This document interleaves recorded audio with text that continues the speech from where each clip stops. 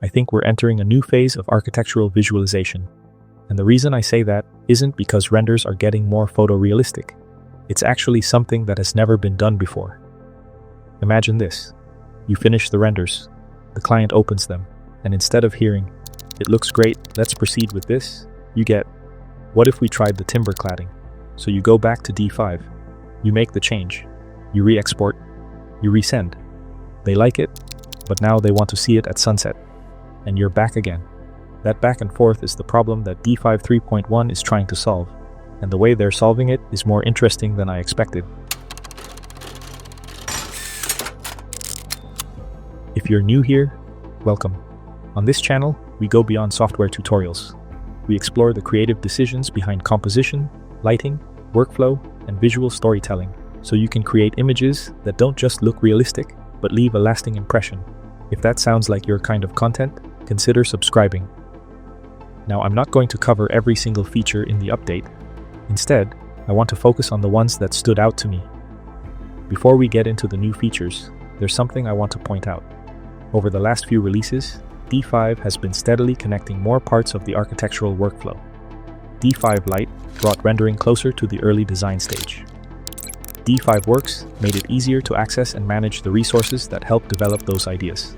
And D5 Render brought everything together through high-quality still images and animations. If you want to learn more about these tools, I've made separate videos covering them. I'll leave the links in the description below, and you can also find them in the upper right corner of the screen. The biggest feature in this release is the interactive presentation mode. Here's the setup. You build your scene with multiple design options already inside it. Different facade materials, different lighting setups, different furniture arrangements. Then, instead of exporting separate render sets for each version, you package everything into a single presentation file. When you're sitting with a client, you switch between options in real time. Let me show you a quick example. One thing I've noticed during client presentations is that people rarely want to sit through a sequence of static images anymore. They want to explore. They'll ask to see a different material, then they'll want to compare another option. A few minutes later, they're asking to jump back to something you showed earlier. The conversation moves around naturally. Until now, my workaround was to prepare everything in advance using layers. It got the job done, but if I'm being honest, it always felt like I was managing the software instead of the conversation. I'd find myself thinking about which layer contained which option instead of focusing on what the client was actually asking. That's the part I never really liked. Now with interactive presentation, that friction almost disappears. Instead of relying on layers for everything, I can organize different design options into their own variable sets and trigger them directly inside the scene. The setup itself is pretty straightforward, and once it's done, the presentation feels much more natural. As the client asks questions, I can switch between materials or layouts without breaking the flow of the conversation. The interaction feels much closer to the way real client meetings actually unfold.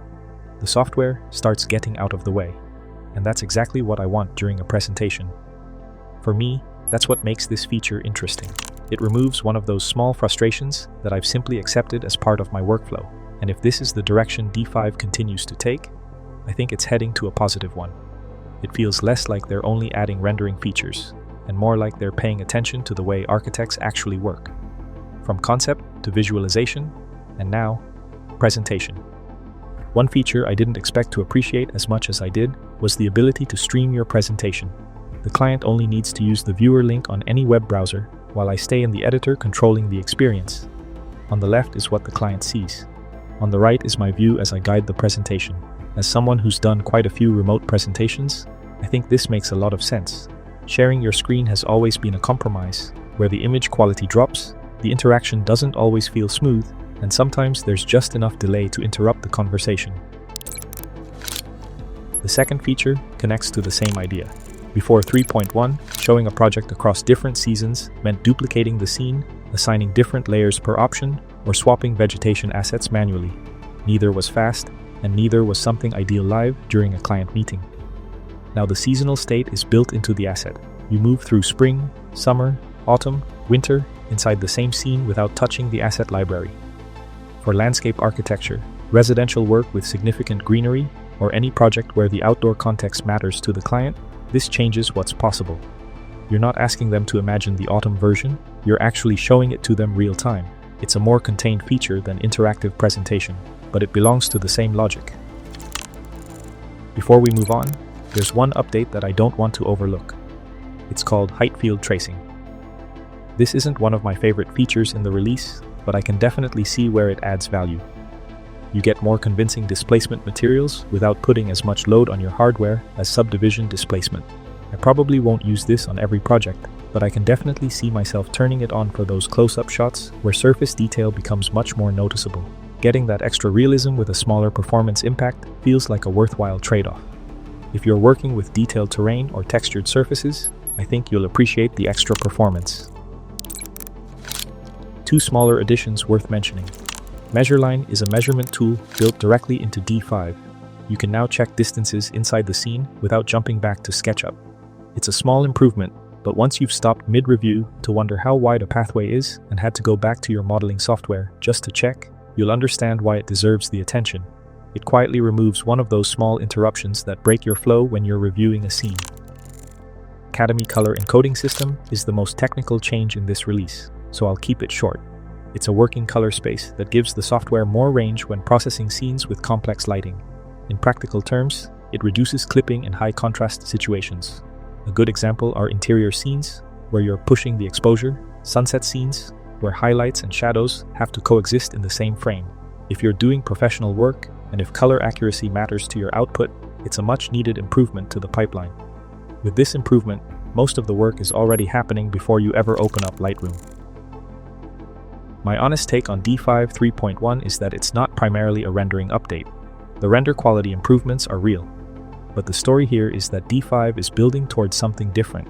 The direction they're moving is toward a tool where the output isn't a set of images you deliver after the project milestone. It's the meeting itself. Interactive presentation alone changes what a client conversation can look like.